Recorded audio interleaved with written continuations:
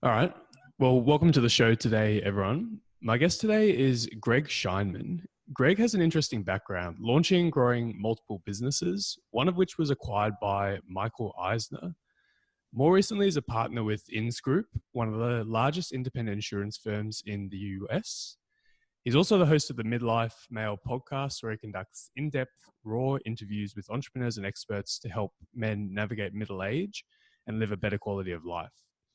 He's been featured in the New York Times, the Wall Street Journal, Variety, and many other publications. And I wanted to bring Greg on the show to find out what he's learned from his entrepreneurship journey and what he's hoping to achieve with his current projects. So Greg, welcome to the show. Hey, James, thanks so much for having me. This is really great. I'm enjoying being on already. Good way to spend a Sunday afternoon. Awesome. Yeah, I appreciate you spending a Sunday afternoon this way. So I was wondering if we could just start a little bit on your background and your story. So maybe if you could just tell us a bit about the early part of your career. Sounds like you had a few entrepreneurial projects back in the day. So maybe just start with the early days for you. Sure. So early on, I wanted to be in the film business and the entertainment business. At least that's what I thought I wanted to be when I was going to college and had graduated college. And I went to school and born and raised in New York. Went to college at University of Michigan in Ann Arbor, and thought that I wanted to be a film producer when I got out.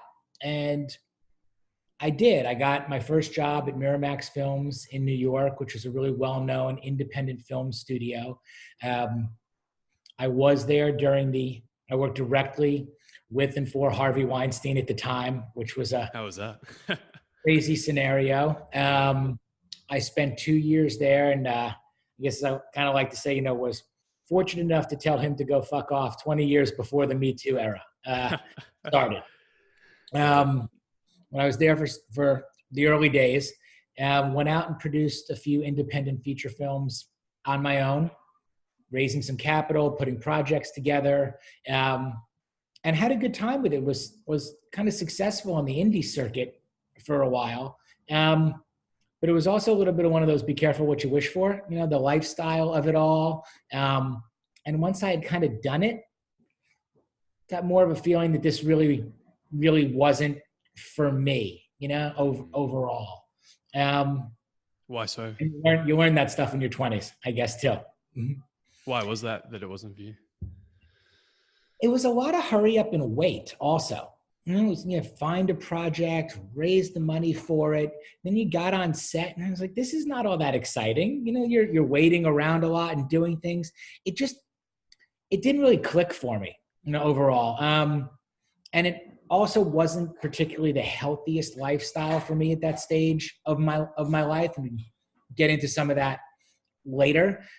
And I also didn't really want to be in New York. I thought, long term. So it was a variety of things that were adding up and saying, okay, maybe this isn't really the career path I want to be on.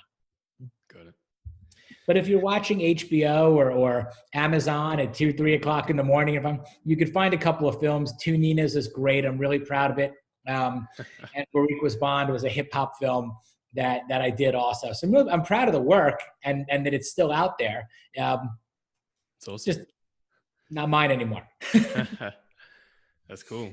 Well, it's interesting experience. And I guess, it's funny. Sometimes I guess it's a bit of a process of elimination. You think you want one thing and you try it, but then you discover through doing it that it's not exactly the path you want to go on. So I totally get that.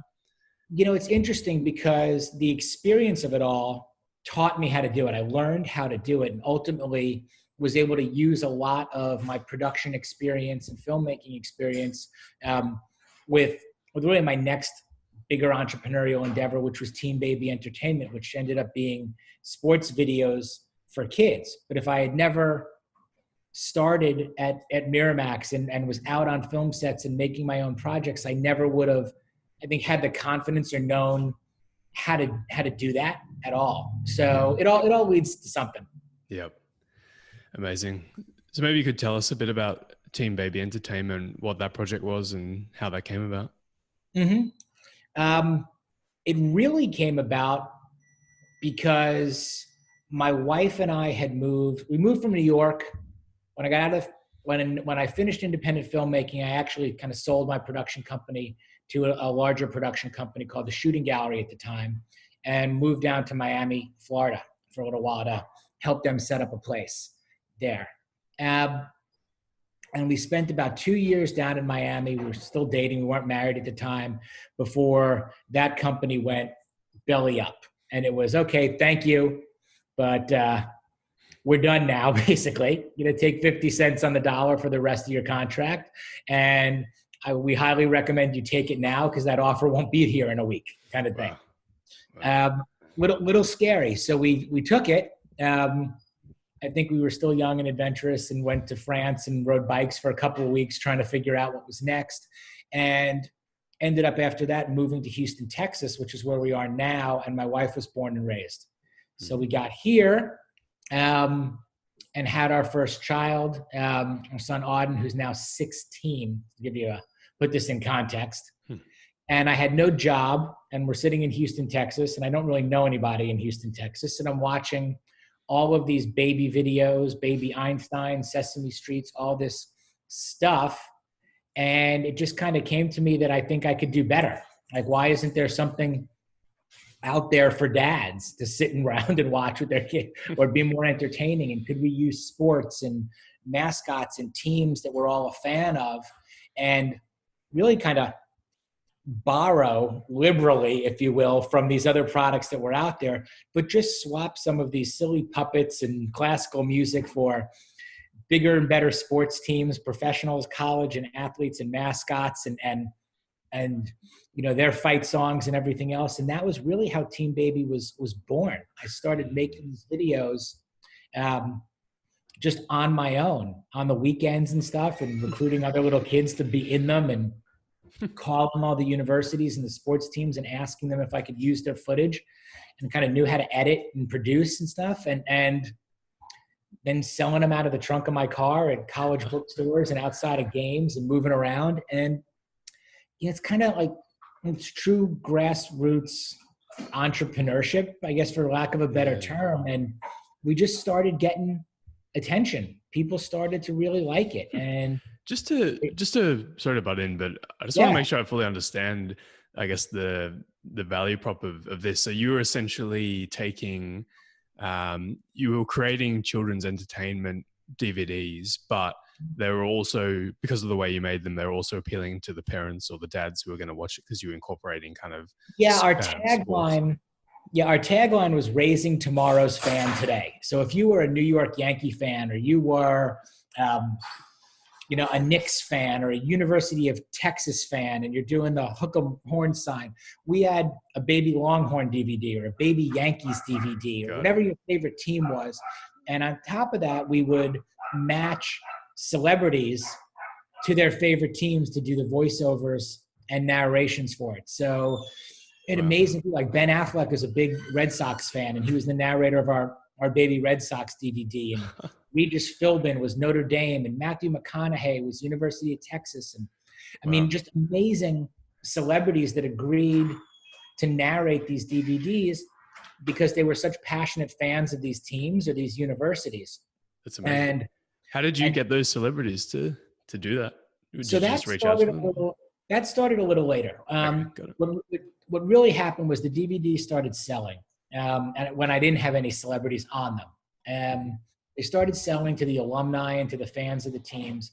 And we started to get a lot of press in a lot of newspapers and on TV about these DVDs. They would hold up and go, look at what this guy is doing, kind of brainwashing / educating / entertaining parents and kids in front of the TV with these licensed by the team's DVDs, that were out there.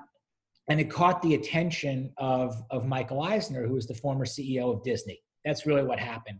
Read an article in the Los Angeles Times, called me up and said, I'm into this. Like, what are you doing here? I've got some experience here. I'm not at Disney anymore, but this is really interesting. And would you want to meet with us? Because I'm putting together a new business to find companies like yours. And I completely thought he was just and just fucking with me. Like, I didn't even think it was real, but it was. And he flew to Houston and met with me, which was incredible. And, by the next day, we had a deal in place, and he was a partner. He became basically the majority partner. And now I had a job and some income, which was good. And because of him and his connections throughout the entertainment and media industry, that's how we got all the celebrities involved. It was basically like, who do you want? And I would sit there and watch him pick up the phone, and it would just happen. It was insane. Wow. So that's, and it was an amazing kind of 5-year rocket ship like trajectory of the business for a while. And then, like a lot of things, it kind of hits its peak, and things change and evolve. And it did. The DVD business changed. Those types of goods changed. License deals type changing. But it was to wrap it up, I ended up selling the rest of the company to him, and he merged it with one of his other businesses. So we were together about 7-8 years on the deal. What an incredible experience. It was a real life MBA. I didn't get my MBA. This was the real life business school for me, to be around that, and to learn and to have some success, and to fail a lot, and to figure out just how those things actually went, and what somebody's attitude and experience is about handling all of those things. Yeah. It's pretty wild. Yeah, that is wild. So do you still keep in touch with Michael Eisner today? Very infrequently. A lot of the people that work with him still became friends of mine. Like anything, I think with our business, what really happened was also, as the market was changing, we were also that puppy dog that no longer got pet. It started kind of we were great and really hot, and like got a lot of attention at the beginning because he wasn't into a whole lot of other things at that point. But as his business and venture started to really grow again, we just didn't get the same type of attention overall, which was and deservedly so. One thing I did learn is, look, these guys in these businesses, they focus also on what's going well too. They will invest in a lot of things, spread it, diversify it, and look at these things. And some are going to make it and some aren't. That's just the nature of the game. And some will make it, but they won't be as relevant as, let's say, something else that is doing 10 or 1,000x, of what you were able to do. Got it. Yeah, that's amazing. And so you sort of cashed out of that, and then what happened next for you? What do you do after that? It was interesting because I didn't really have much of an identity after it. I got out of this deal, and it wasn't life-changing money in any way, shape, or form. Mm-hmm. I wasn't old. I'm super young. I've got another child, and now I have 2 boys. Bills to pay. This wasn't life-changing money. This wasn't some crazy successful exit. I think publicly, people thought it was much bigger and everything than it was. And my identity was so closely tied to him, and like, you were Michael Eisner's partner, and you were on The Big Idea on CNBC, and we saw you on Home Shopping Network and selling to you. And there was all this stuff around. And then there was nothing. Yeah. And it was just me still in Houston, never really having done business with anybody in Houston, not really knowing that many more people than I did years before. Wow. And the ones that I did know, I was, Kate's husband from New York, and Eisner's guy, the guy that did the kid videos, Eisner's guy. Wow. So I had to start, it was tough. I had to start over. So I fell back on my production experience again. And one thing I think I'm pretty decent at is kind of, reinvention and saying, okay, I can sit still and wallow in this, or I can maybe go try to figure out how to do something else and learn from some other people or do something. And I realize, much like we're doing this podcast right now, people tend to like to talk about themselves, and they tend to, if you ask them to. So I had all this equipment left over from Team Baby, I had an editor I loved and a camera guy I loved and wanted to keep them employed. And I said, what if I start a TV show interviewing entrepreneurs and risk takers in and around Houston, because I don't know anybody. Maybe they'll talk to me. It's a good way to meet people. And that's what I did. So I made a list of a lot of Houston's top entrepreneurs, risk takers, athletes, people just who I saw in the paper or around, and made a laundry list of them. And I went to a few of them and said, hey, this is who I am. And I had this company and I sold it. And I'm doing this TV show now. And I'd like to spend a day with you, day in the life, because I couldn't afford a studio or anything. And this is before podcasting was even like really a thing. Can I come out and, spend the day with you, and we'll do an interview and and they started saying yes. Wow. And they're like, well, where's it going to air? I'm like, it's going to be on Houston PBS, it'll be on PBS TV, and we'll put it on, and it'll be on every week. And when, in a few months, once I get the season done.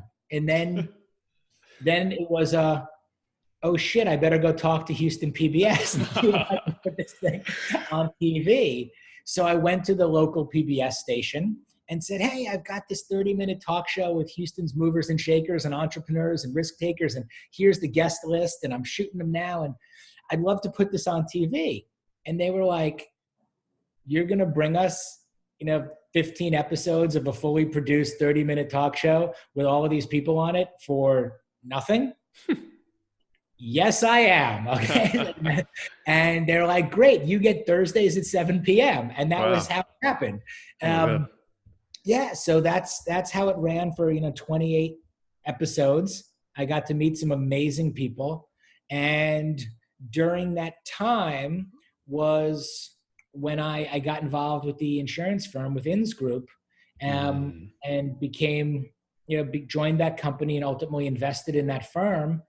And it really kind of worked out. A lot of these guests on the show became friends, and some of them became clients or referred us to clients. And I kind of morphed from this risk taker and entrepreneur to the insurance and risk management side of things, and crossed over to that side. And, my clients today are very much people like, they're entrepreneurs, they're risk takers, and similar mindsets, and great people in areas that I'm really passionate about: fitness, food and beverages, and consumer products goods, and media and entertainment, and athletes and lifestyles. And that's just all the shit I'm really into, man. That's how that happened. That's incredible. I love that. What would you have done if you had gone to the TV studio and they didn't take the show? Yeah, it's a really good question. I would have done it anyway. There's always another place to go. There's always another way. Maybe we would have gone online.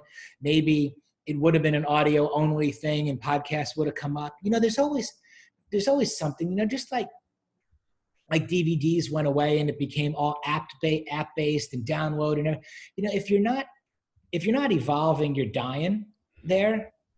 And you just got to find a way to push through it and find another way to get your message or your content or your business or something out there.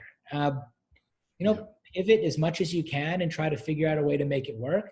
Some things do and some don't. When they don't, just go find something else, but I'd like to think I would, had they said no, and quite frankly, they should have said no. There was no reason for them to say yes.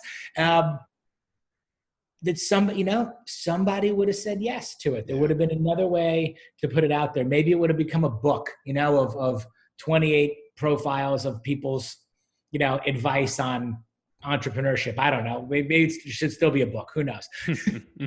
They still hold up though. I mean, the advice doesn't change. The people don't change. It holds up, which is kind of cool. Yeah. That's amazing. Such a cool story. And I totally believe that was just a powerful networking tool to kind of meet interesting people in the city, and such an effective way to do it. If you ask someone to come and grab a coffee with you for half an hour, they're probably not going to say yes. But if you say, hey, can I follow you around for a day and interview you and film you and showcase your life, people are a lot more willing to do something like that. So absolutely. Look, it was exactly that. I mean, really, I mean, there's nothing more to it other than I wanted to try to meet people and build a network. And you're exactly right. If I tried to get any of these people on the phone and asked them just for 10 or 15 minutes of their time, or would you meet me for coffee or whatever, they would not have probably done it. What's in it for me in a way, or why am I doing this, or who is this person? But what I did really learn is the value of connection and how you get to people, and then also how you get from one person to the next person, which is at first it was, I had something to offer. I could put your story on television and give you an opportunity to talk and be proud of what you've accomplished and do, and give you something. There was something to give. It was, the olive branch in a way of something that I was giving and really not asking for anything in return. The reality was I was getting a ton in return. I was learning a ton. I was spending time with these people. It was creating a network and an appearance even that I knew these people and ran in these circles. And the reality was I very much did not, for a while. And then I'd leave knowing more about them than people that did business with them for probably 5 or 10 years, like really, really deep stuff. Because when you ask them these questions and the camera is there, they answer them. And you also become a little bit more bold about what you're willing to ask. You want it to be a good interview.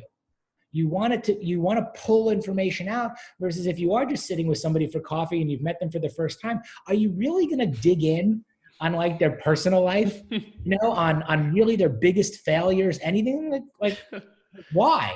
But if you've got a camera there and you are a quote unquote interviewer, they kind of expect it and you've teed them up for it.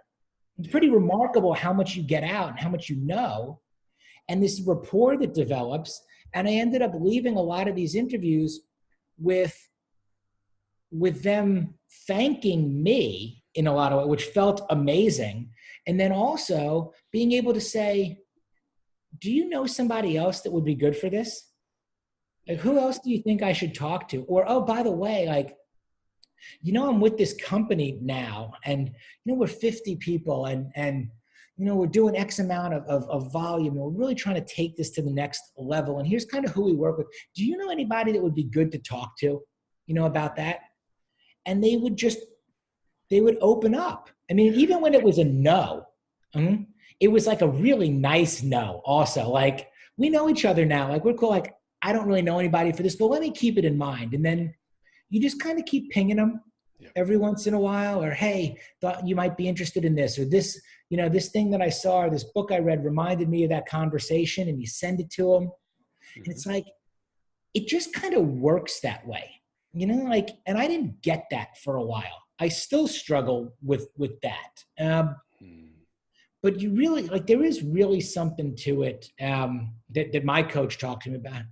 Just keep giving. The more you keep giving, like, the more good stuff tends to come back. The more you're just asking for stuff for yourself, like, really the less you get.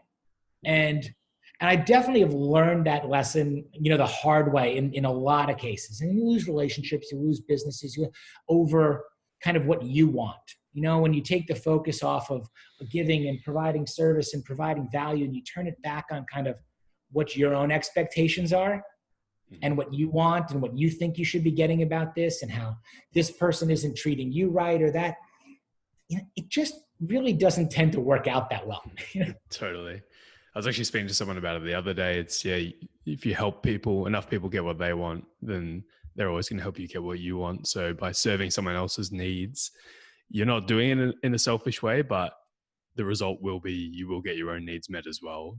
I believe in that. So I do too. And I'll tell you, I mean, it's really hard, I think a lot, I mean, certainly for me, I'll just say this, like, my innate nature is to bottle things up, to get emotional quickly, to be honestly kind of selfish, kind of introverted, kind of like me, I want to work out and I want to eat what I want to eat and I want to go where I want to go. And I don't want anybody to tell me what to do. And I want them to pay me lots of money for it. And I want all my shit to be successful. And it's like, it's really hard to just check yourself over and over again.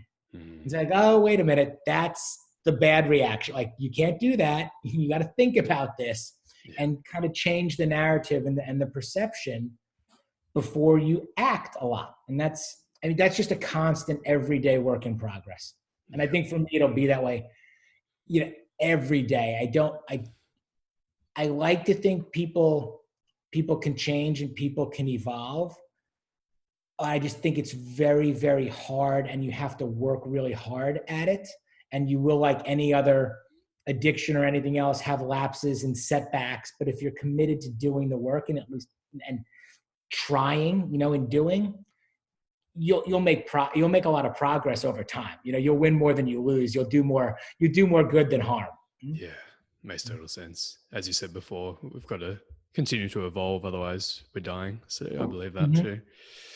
Yep. So you mentioned fitness before and how that's important to you now. I was just curious because, everyone listening, go and look at Greg's Instagram. He's extremely fit, like always doing something fitness related, and it's really good to see.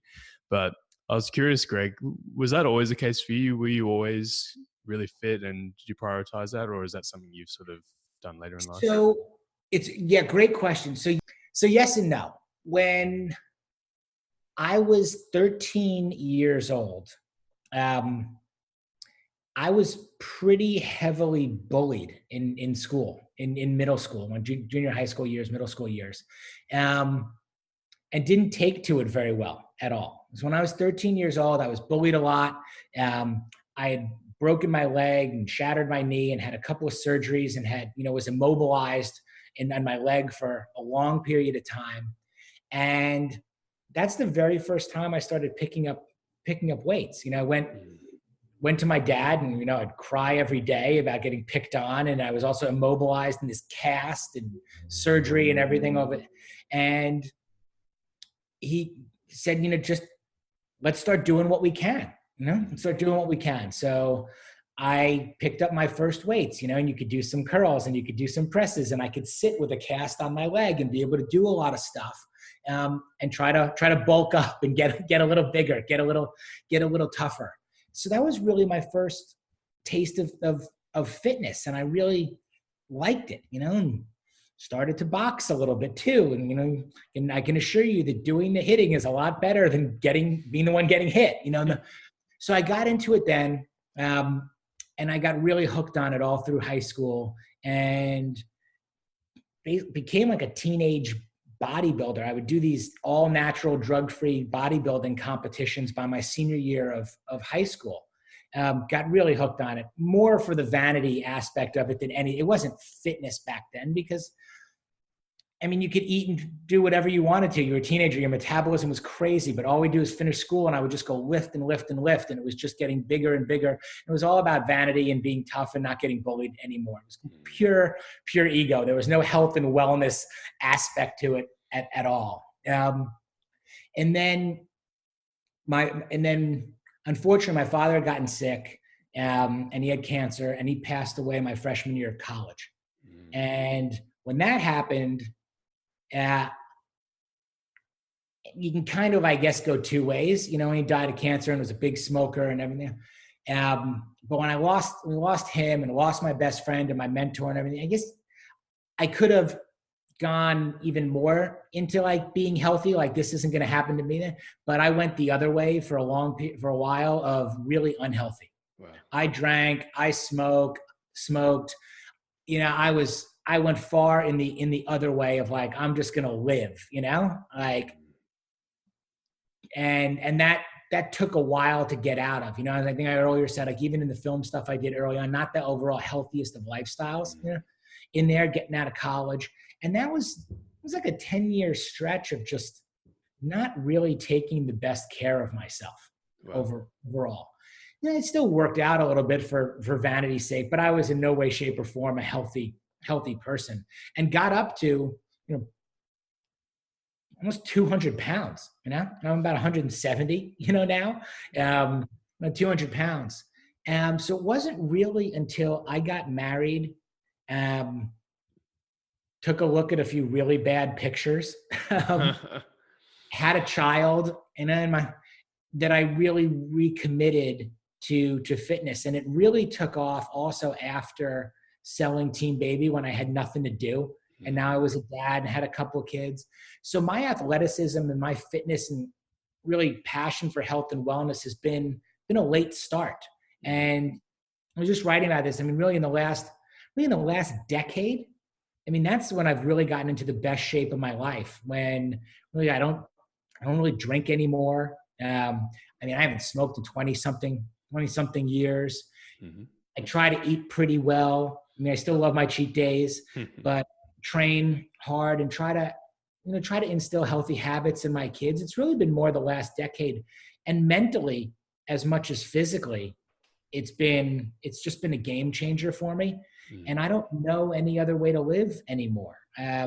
It's amazing. This really is my lifestyle. And I've really spent a lot of time trying to combine, my personal passions for health and wellness and products and supplements and what to wear and what to take and what not to take and how to train with my profession too. I just really like working with those people and those types of companies and meeting my clients and friends for workouts and challenge.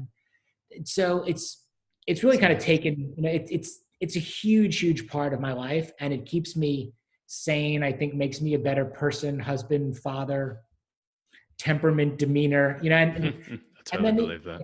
The aesthetics are a bonus. I mean, people talk about that stuff all the time. Oh, you must work out 2 hours a day, and oh, you must be so vain. And it's really not the aesthetics, and it's really not even that much time, quite frankly. It's really just consistency and discipline. The aesthetics are a bonus, but it's really way more about how I feel. And I say this to people all the time. I cannot control the fact that I'm bald. I don't want to be fat and bald. Okay. I don't want to feel like shit and look like shit. I can control what I can control, which is I can wake up every day and I can have a very smart, efficient, and effective workout. And everything that I'm going for is sustainability and longevity based, to be there for my family. Bonus time, for me. I'm about to be 47. My dad didn't make it to 47. Like, this is bonus time for me to live the best life I possibly can and be around for a long fucking time, for my family, and to try to accomplish a lot, because getting a late start, in a lot of ways. I love that. And I want to talk about that because you just said then you're turning 47 this year.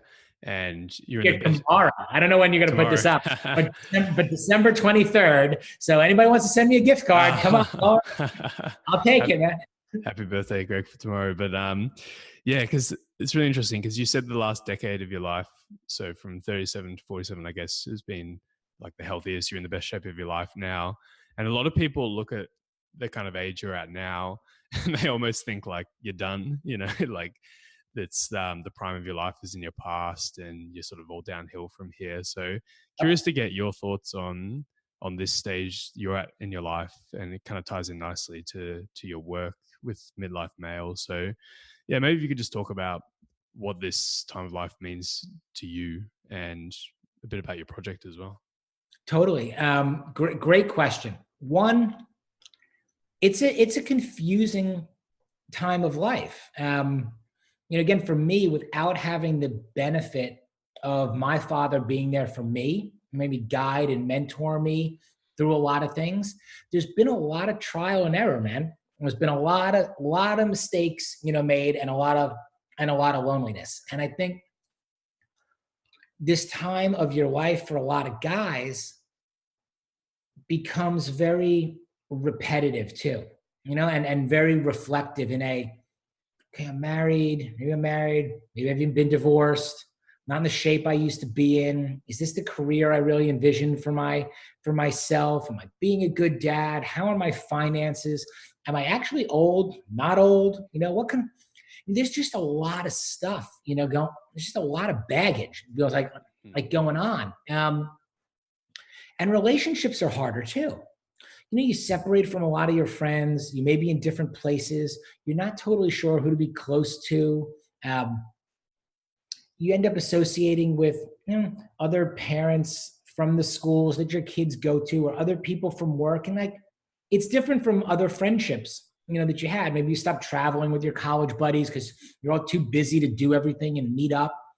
And you got to try to, I think that proverbial crisis, midlife crisis, if you will, is a real thing for a lot of people. For me, I'm kind of hell bent on flipping that on its ear, a little bit, and saying that, midlife really is the best time of your life. It can and it should be the best time of your life. That this next phase that we're entering or that we're in really should be the best phase of our life, because you know what? We have weathered so much. We've grown up. Again, we've been married. We have kids. We're raising families. We're successful in business, even when we've tried. We have a lot more experience at a lot of things. And we could be in the best shape of our life. You really can. And you should be traveling, and you should be seeing things and being the best of what you can and applying all that, because we are able to live longer and live better. Yes. Technology is there. The foods are there. Everything is there. For us to live long and healthy and amazing lives and be doing things into our 50s, 60s, 70s, 80s even, if we are, really taking good care of us. So I spend a lot of time looking at those things and saying, okay, plenty of guys that founded and started incredible companies, in their 40s and 50s. Plenty of people regained their health and are running their first marathons, or even doing, raising money for charity and doing the decathlon, or just waking up every morning and going for a walk, eating a little better, doing a little better, communicating with guys in Australia, by laptop. It's fucking amazing. Like, what are we spending time kind of down in the dumps and questioning everything?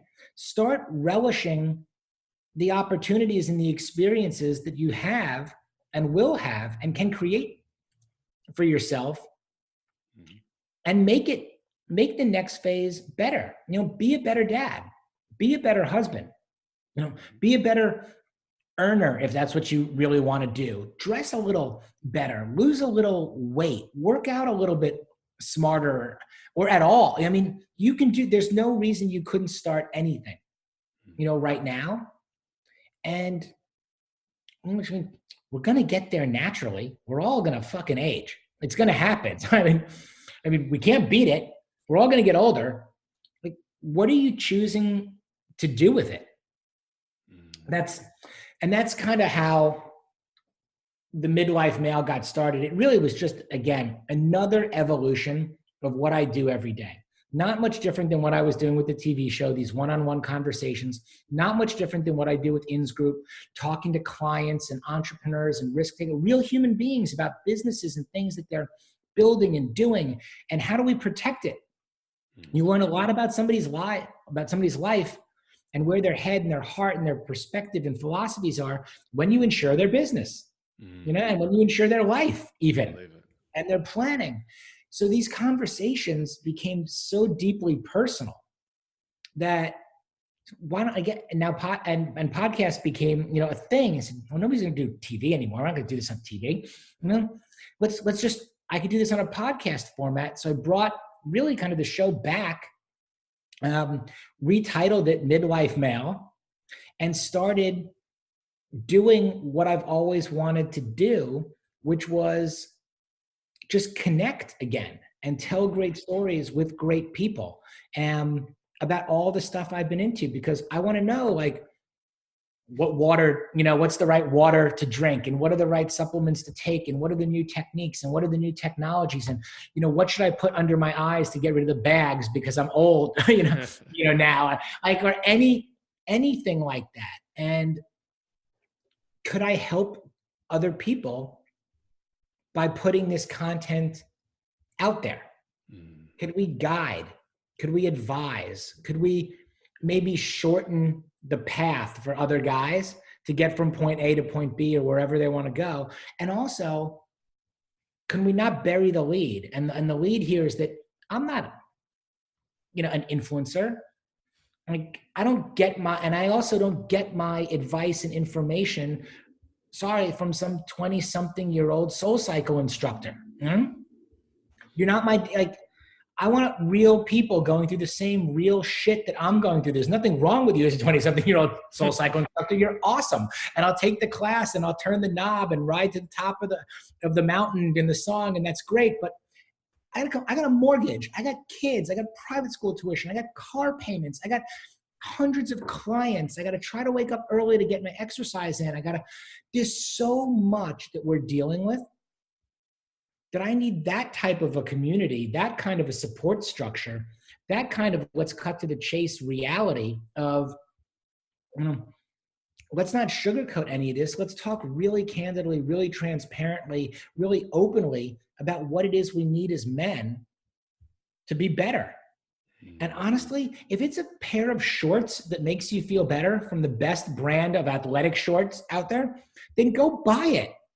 Seriously, if that makes your day better and your workouts better and gives you confidence, I just want to steer you to the absolute very best pair of shorts you can wear, which in my opinion right now is 10,000 gear, if you're listening out there. But that's it. I think people just want to be happy. And they're not really sure how in a lot of ways. Yeah. And they try to fill these voids, whether it's through impulse purchasing or some poor decisions or whatever it may be. And I just want to focus on kind of the quality, just quality and not necessarily quantity, and think about, what works for you. I don't want to tell anybody how to necessarily do anything, but can we just put a lot of different viewpoints out there? A lot of different things. Hey, this is what I do. This is what I've tried. This is what I like. This is what I don't. This is why. And by the way, here's what this guy does. And this guy and this guy. And you can listen to them every week on the podcast. You can go see what they're doing. And if you think it's easy, they're on here telling you that it's not. And I would tell you to believe them, because it's not easy. And maybe you can relate to that. And you can use that. And I think that's a cool thing in a lot of ways. And I know for men, it's hard to be vulnerable. It's hard to put yourself out there. It's hard to raise your hand in a crowded room or whatever and stand up and say, this is what I'm feeling or what's wrong. So I do think that the blog and the podcast, those types of formats connect really well with men. Because we can listen to like what you're doing. We can listen to it in the car. I can listen to it in the office. I can put my headphones in. And you know what? I can think about it without also maybe being, not that I shouldn't be embarrassed about it, but it's just hard, to admit that stuff or to think about that. So just tell it to me. And good, I can start applying it. I love it. Yeah, it's such a good format for that stage of life. For busy men who are going through that period, and they might not necessarily sit down in a circle with their friends and chat about some of the things you chat about, but the fact that they can get that information and consume it, and you're putting it out there is really amazing. So I really love that. I think, and I appreciate it so much. Look, for years I didn't take any trips, with my guy friends. They all fell by the wayside for years. Too busy. This project, that project, family vacations, doing that. And, a couple of years ago, really, really fortunate. I've got a good friend from college. The honesty was, he was a friend in college, overall fraternity brothers and everything, not super close or anything. You all separate, a lot of you separate after college and go your separate ways. And the guy, has become very, very successful, in business and in life, married, great family, amazing business. And a few years ago, he was just cool enough to invite a bunch of us, out to his house in California. Like, hey, let's just invited a bunch of guys, a bunch of us that went to school together, 6, 7, 8 guys. And, in the first year, I think 5 of us, showed up, and it was freaking awesome, to have your friends come back together from all over the country, hear about everybody's lives, talk about it, and then also go home. Because you're also almost willing to be more open and, again, vulnerable and everything, because you don't see them every day. They're not there that, looking, they're not going to take the other person's side in a way, they're just there for support, and to be there. So we started doing these guy trips again, and it just got me back into the mindset of how important it is to really, to cherish these moments, to seize these opportunities. And in a way also, to put yourself first a little bit. Self-care is a real thing. Yeah. It's a real thing. And we have so much on our plate and responsibility as men that you're not going to function very well if you're not really taking care of yourself, first. Yeah. So without sounding selfish about it, I think it's a big thing to find a routine, morning routine, evening, whatever it is, travel, whatever it is, to make sure that you're taking care of yourself so that you can be the best you can possibly be to those that depend on you and those that are around you. Yeah. Yeah. I totally believe that. Some people might say it's selfish, but you got to look after yourself before you can help other people. And I totally believe that. So sort of want to be mindful of your time, Greg, but I just want to know what's coming up next for you in 2020, sort of turning 47 tomorrow, and then you're going to continue with the Midlife Male. What's your plans for that really in 2020? Yeah, another great question. And thank you just for having me. It's funny because now I don't really do a lot of talking on my podcast.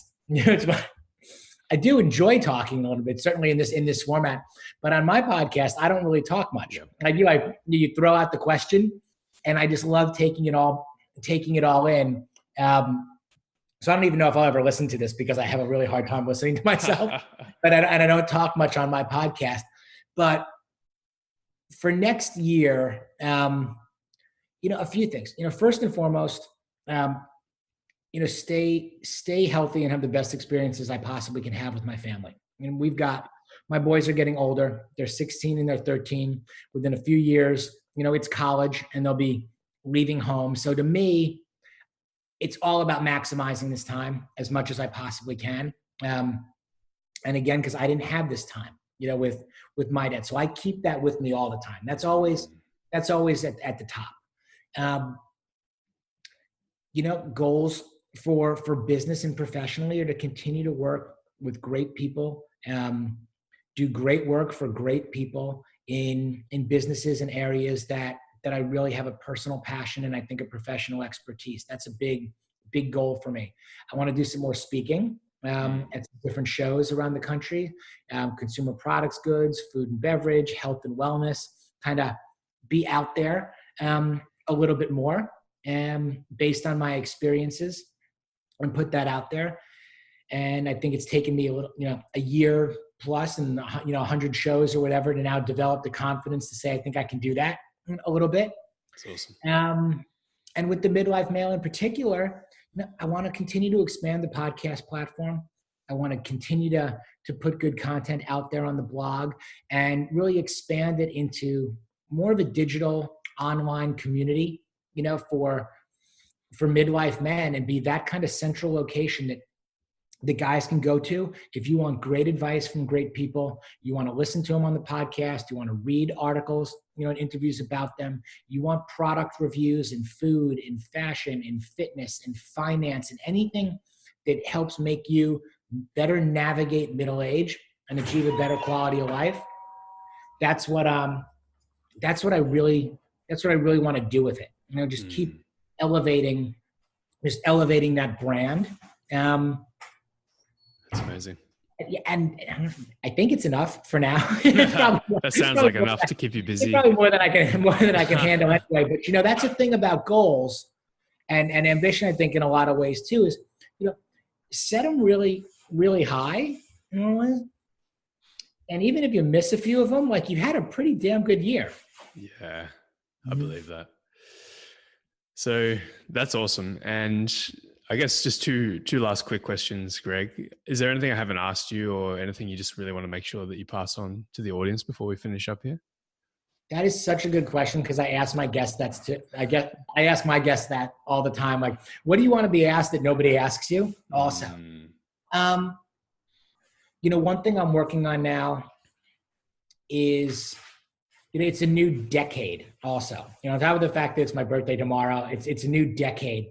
So I was reading, a friend of mine had put something out there about, here's what I've done in the last decade. And it's gotten me thinking a lot.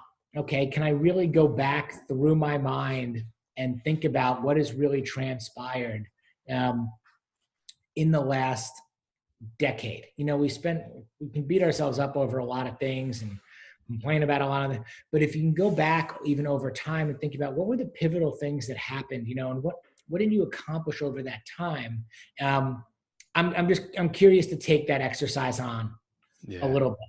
So I don't know, maybe some other people will too, and say, okay, what's really happened in the last decade that's make me who I am? What can I learn from that? And think in bigger blocks. Yeah. I love that. Such a powerful exercise, because if you don't reflect back on what you've done and what you've achieved and worked on, then it's easy to just make the same mistakes or not learn from things you've gone through or celebrate the successes as well. So I love that. So it's a great parting advice. And last question, Greg, is just what's the best way for people to connect with you if they want to check out the Midlife Male or any of your other work? What's the best way? Thank you. So on Instagram, it's at Greg Scheinman, not too creative, GregScheinman.